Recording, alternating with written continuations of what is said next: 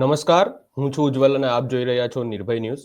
આપણે જોયું કે છેલ્લા કેટલાક સમયથી બોટાદમાં કડદાકાંડને લઈ અને વિરોધ કરવામાં આવી રહ્યો છે. આમ આદમી પાર્ટીના નેતા રાજુ કાકા દ્વારા જે છે એ મહાપંચાયતનું આયોજન કરવામાં આવ્યું અને વિરોધ કરવામાં આવ્યો.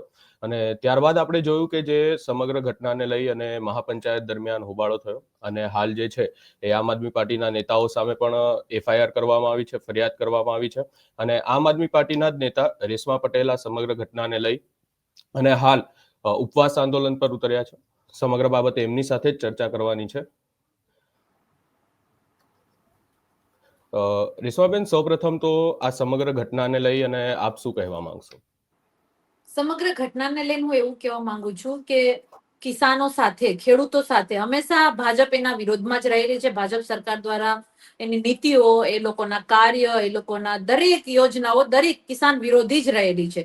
કારણ કે કિસાનો જ્યારે પોતાનો હક માંગે છે, કિસાનો જ્યારે અવાજ બુલંદ કરે છે, ત્યારે આવી જ રીતે આંદોલનને કચડવામાં આવે છે. શરૂઆત ક્યાંથી થઈ? બોટાદમાં કડદા પ્રથા, એટલે કે ભાઈ જે ભાવ નક્કી થાય છે, જે ભાવની હરાજી થાય છે, આ ભાવના હરાજીમાં ભાવ કાપી અને એ લોકો ભાવ ફિક્સ થઈ ગયા પછી કાપી અને ફરી પાછા એમ કે છે કે હવે તમારે 100 રૂપિયા ઓછા આપવાના, 200 રૂપિયા ઓછામાં અમે ખરીદી કરીશું. તો આ કડદા પ્રથા બંધ કરવાનો એક વાત હતી ને એમાંથી આખું મોટું આંદોલન ઊભું થયું. સવાલ એ ઉઠે છે કે આંદોલન શાંતિપૂર્વક રીતે ચાલી રહ્યું હતું. એ લોકોએ પહેલા જ દિવસથી આંદોલન 3 દિવસથી ચાલતું હતું. ત્રીજા દિવસે આ બધી અફરાતફરીઓ થઈને આંદોલનને હિંસક બનાવવાનો ભાજપ દ્વારા પ્રયાસ થયો. તો શાંતિથી આંદોલન ચાલી રહ્યું હતું, તંત્રનો દુરુપયોગ કરીને આંદોલનના અવાજને કચડવાનો પ્રયાસ થયો છે. એટલે પહેલી વસ્તુ તો કે ભાજપ સત્ય છુપાવવા માંગે છે. ભાજપ ખેડૂતોને હિતમાં કોઈ નિર્ણય કરવા માંગતી નથી. એ સાબિત થઈ ગયું. ભાજપે સાબિત કરી દીધું, એના તંત્ર દ્વારા સાબિત કરી દેવામાં આવ્યું. એ પછી આંદોલન શાંતિપૂર્વક રીતે ચાલી રહ્યું હતું. હળવદ ગામમાં, હળદર ગામમાં અમારા કિસાનો ભેગા થયા હતા.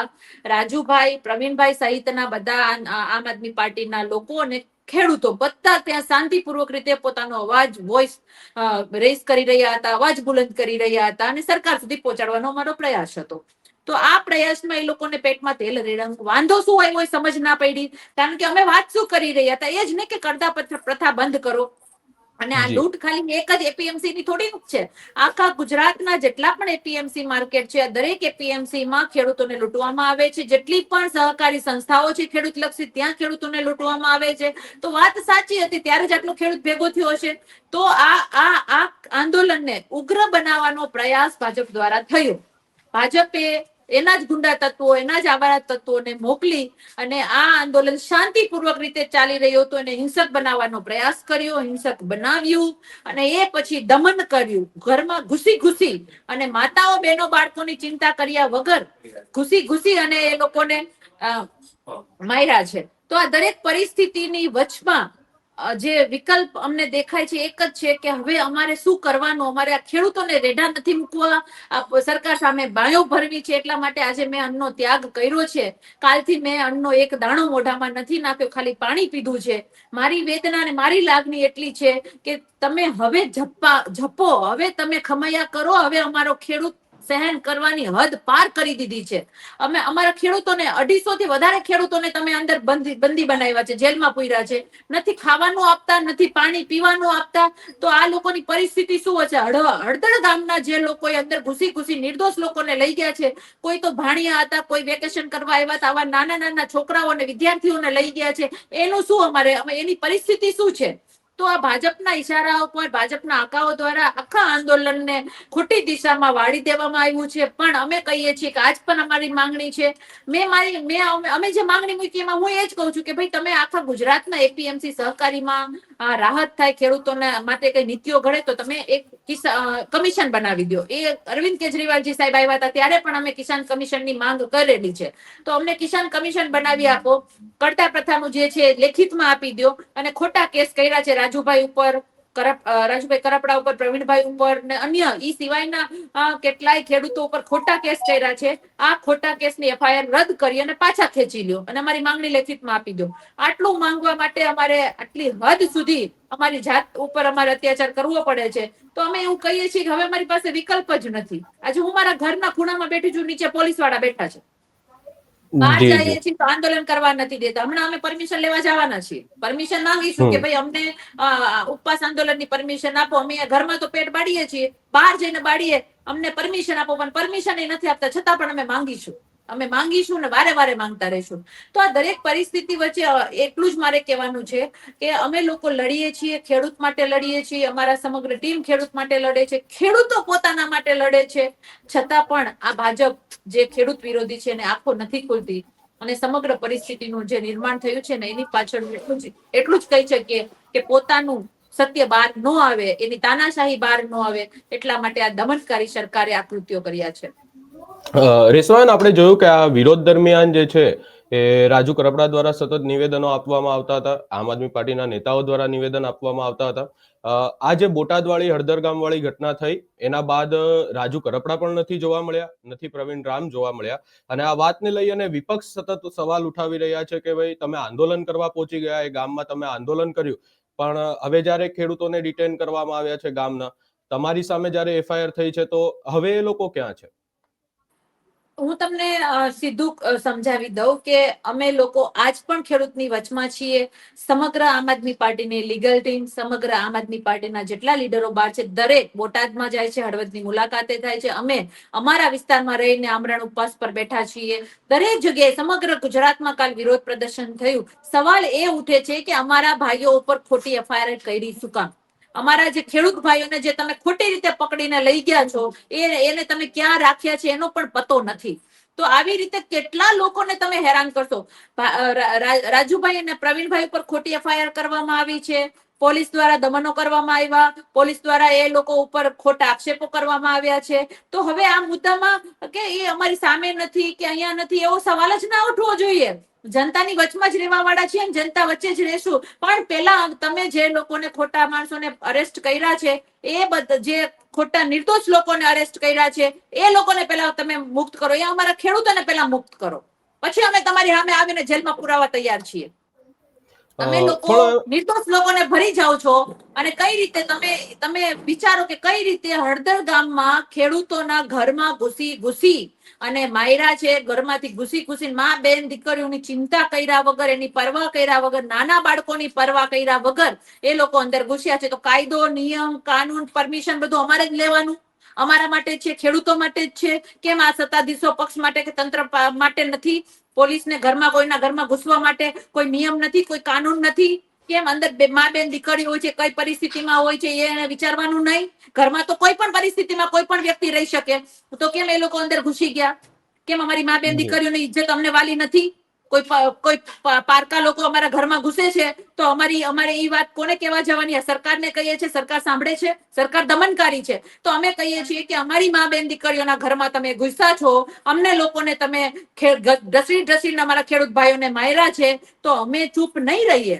અને પાછા પોતે ઉલટા ચોર કોટવાલ કોટાડે, પાછા અમારા ઉપર આક્ષેપ લગાડે છે કે આંદોલન અમે હિંસક બનાવ્યું. અમે નથી બનાવ્યું. એ લોકોના દર વખતે ભાજપનો કાળો ઇતિહાસ રહેલો છે કે જ્યારે માંગણી બુલંદ બને છે ત્યારે એના જ આવારા તત્વો, એના જ ગુંડા તત્વો દ્વારા એ લોકો આંદોલનને હિંસક બનાવે છે. તમને હું સીધું ગણિતમાં સમજાવી દઉં કે આંદોલન ત્યાં હળદર ગામમાં શાંતિથી ચાલી રહ્યું હતું.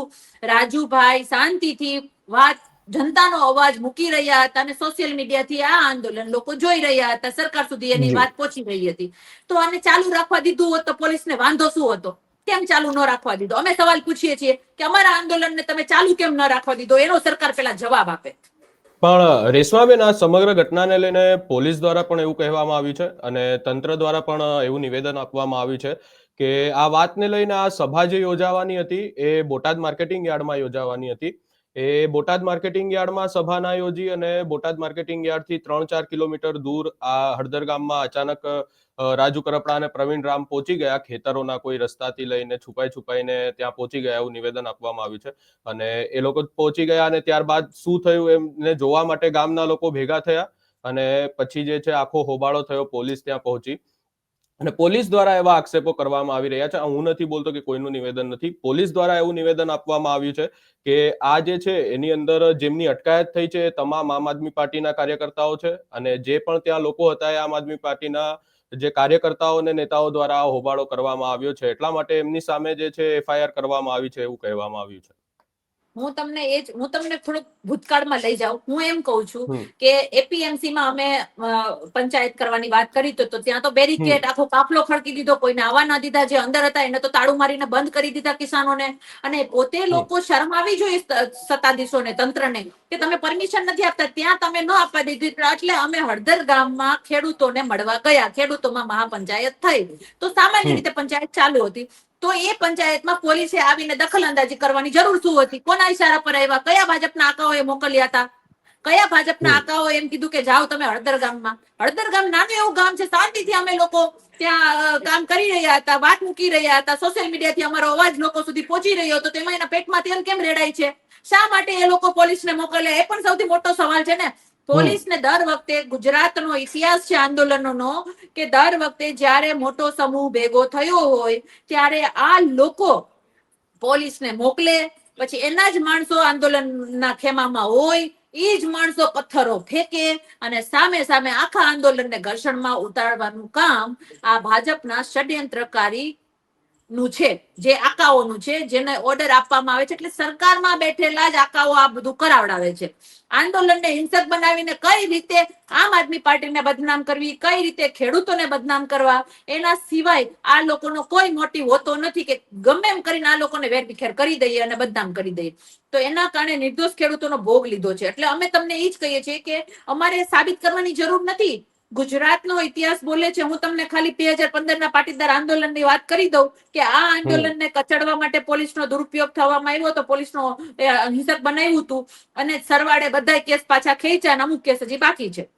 તો ઘણી બધી વાર તમે વાંચ્યું છે કે કેસ તમે પાછા ખેંચી લીધા, કેસ પાછા ખેંચી લીધા. તો ભાઈ ત્યારે તમે કેસ કર્યા હતા, ખોટા કર્યા હતા. તો એવી જ રીતે અહીંયા ખોટા જ કર્યા છે, દબાવવા માટે ખોટા કેસ કર્યા છે. આ ગુજરાતનો ઇતિહાસ બોલે છે, હું નથી બોલતી. કે તમે ખોટા કેસ કરો છો અને પછી અમુક સમયાંતરે પાછા ખેંચી લ્યો છો, તો મતલબ કે તમે ખોટા છો. તો અત્યારે પણ આમ આદમી પાર્ટીના જેટલા પણ લીડરો ઉપર કેસ કર્યા છે, અમારા ખેડૂતો ઉપર કેસ કર્યા છે, કેસ ખોટા છે. મારી માંગણી છે, હું આજ ઉપવાસ પર બેઠી છું, અમારા સમગ્ર પાર્ટીની માંગણી છે, અમે જે રીતે સમગ્ર ગુજરાતમાં આંદોલન કરી રહ્યા છે, મેં કીધું છે હું અન્નનો ત્યાગ કર્યો છે, હું નહીં ખાઈશ. મારા ભાઈઓ ઉપરથી કેસ પાછા ખેંચો, ખોટા એફઆઈઆર તમે જે કરી છે ને એને રદ કરો અને અમારા ખેડૂતોને જેલ મુક્ત કરો. એક કમિશનની રચના કરો જેથી કરી અને ખેડૂતો માટેની નીતિઓ ઘડાય. કમિશન નથી બનાવતા, દર વખતે માંગણી કરે છે, કમિશન નથી બનાવતા. અને જે કડતા પ્રથા છે, સામાન્ય પ્રથા છે, તમે સીધી રીતના જોવા જાઓ તો કડતા પ્રથા એટલે એક સામાન્ય પ્રથા. આ સામાન્ય પ્રથામાં કોઈ કાનૂનની જરૂર નથી, કોઈ નિયમની જરૂર નથી, કોઈ કેબિનેટ બેઠકોમાંથી બિલ પાસ કરવાની જરૂર નથી. એક લેખિતમાં આપવાની વાત છે. અને આટલું પણ જો ભાજપ સરકાર ન આપી શકતી હોય તો આનાથી વધારે તો ગુંડાગર્દી, તાનાશાહી, ખેડૂત વિરોધી માનસિકતા, જનતા વિરોધી માનસિકતા શું સાબિત કરવાનું? આ જ છે. જી રેશમાબેન, એક પોલીસના વર્તનને લઈને અહીંયા સવાલો ઉભા થઈ રહ્યા છે, સતત સવાલો ઉભા થઈ રહ્યા છે. આપણે દરેક લોકોએ આ વસ્તુ લાઈવ પણ જોઈ, જેની અંદર જે પોલીસનું વર્તન હતું એને લઈને સવાલો ઉભા થઈ રહ્યા છે. આપણે લાઈવ પણ જોયું અને અમારા જે સહયોગી છે એ પણ કાલે ગામની મુલાકાતે ગયા હતા અને ગામના લોકો દ્વારા એવું કહેવામાં આવ્યું છે કે જે ઘટના બની એ ઘટનાથી દૂર દૂર જે લોકો રહે છે, એટલે કે આખું ગામ છે અને ગામમાં એક લાલ ચોક પર જે આ સમગ્ર સભાને લઈને હોબાળો થયો એ સભાથી પણ દૂર રહે છે લોકો. પરંતુ એવા લોકોના ઘરમાં પણ જ્યારે કોઈ ના હોય ત્યારે એમના જે મહિલાઓ દ્વારા એવા આક્ષેપો કરવામાં આવ્યા છે કે એમના ઘરમાંથી એમના વરને જે છે ઉઠાવી લઈ જવામાં આવ્યા છે, ખોટી રીતે ઉઠાવી લઈ જવામાં આવ્યા છે, એમના ઘરમાં તોડફોડ કરવામાં આવી છે. સભાને આપણે એક તરફ રાખીએ, સમગ્ર ઘટના એક તરફ રાખીએ, પરંતુ પોલીસના વર્તનને લઈને શું કહેવા માંગશો? આ વર્તન કેટલું યોગ્ય છે?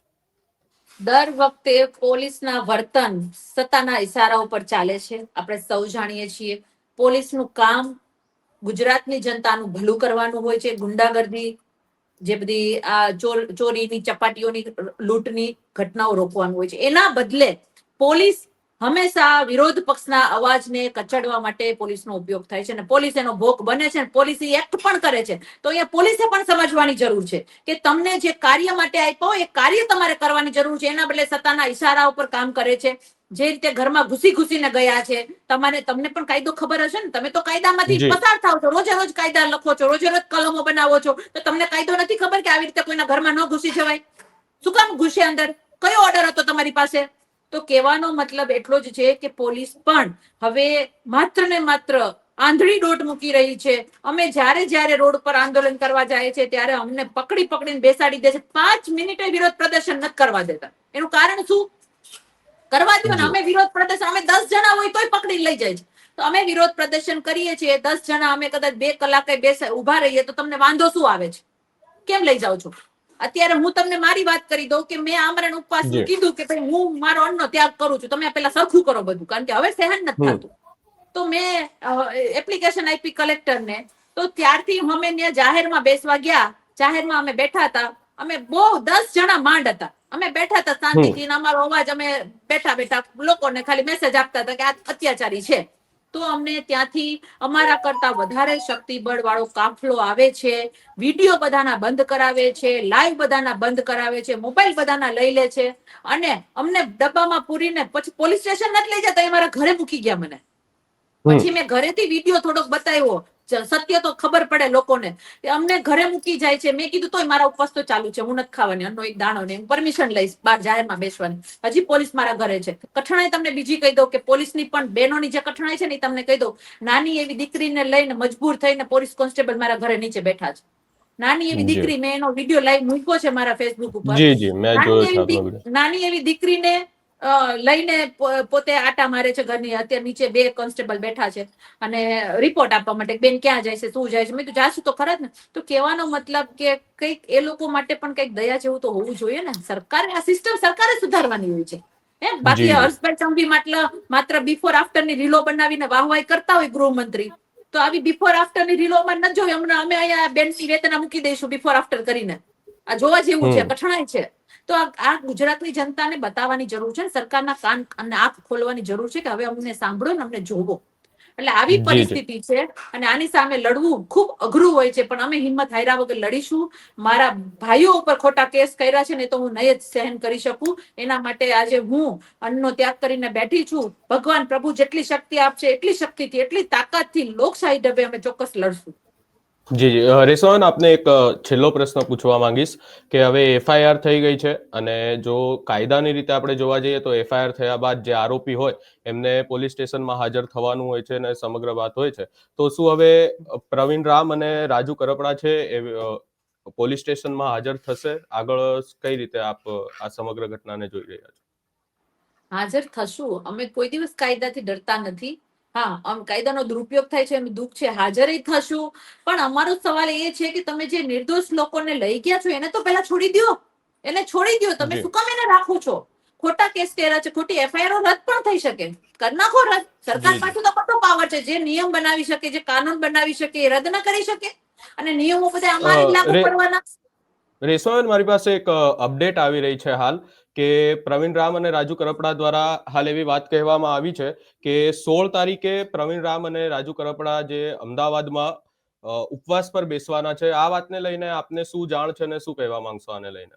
હા, તો ઉપવાસ પર બેસવાના છે તો અમે સંપૂર્ણ રીતે અમારા ભાઈઓ સાથે જ રહેવાના છીએ. અને સારી વાત છે કે અમારા ભાઈઓ ની ભાળ અમને મળે, કારણ કે આજે અમે ચિંતામાં છીએ કે અમારા ભાઈઓ પર ખોટા કેસ કરવામાં આવ્યા છે અને ખોટી રીતે દમન કરવામાં આવ્યું છે. તો અમારી લડાઈ ચાલુ જ રાખીશું અને ઉપવાસ આંદોલન ભાઈઓ કરશે તો મારું ઉપવાસ આંદોલન ચાલુ છે. અમારી સાથે જોડાય અને અમારા ભાઈઓના સમર્થનમાં એની શક્તિ બનવાનો અમે પ્રયાસ કરશું. ખેડૂતોની શક્તિ બનવાનો અમે પ્રયાસ કરીશું અને અમે આ લડાઈ મૂકવાના નથી.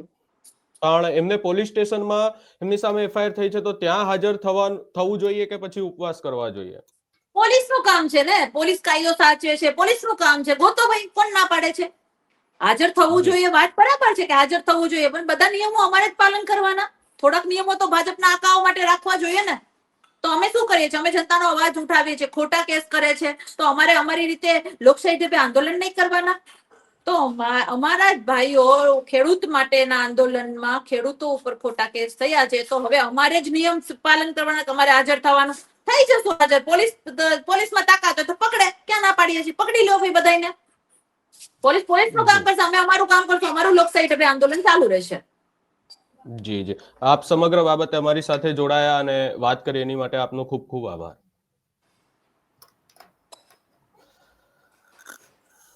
હાલ આ સમગ્ર ઘટનાને લઈ અને આપણે રેશમા પટેલ સાથે પણ વાત કરી અને હવે આ રાજુ કરપડા અને પ્રવીણ રામ દ્વારા પણ એવું નિવેદન આપવામાં આવ્યું છે કે એમના દ્વારા હવે અમદાવાદમાં 16 તારીખે ઉપવાસ કરવામાં આવશે. હવે આ સમગ્ર ઘટનાને લઈ અને મામલો ક્યાં સુધી જાય છે એ તો આગામી સમયમાં જોવાનું રહેશે.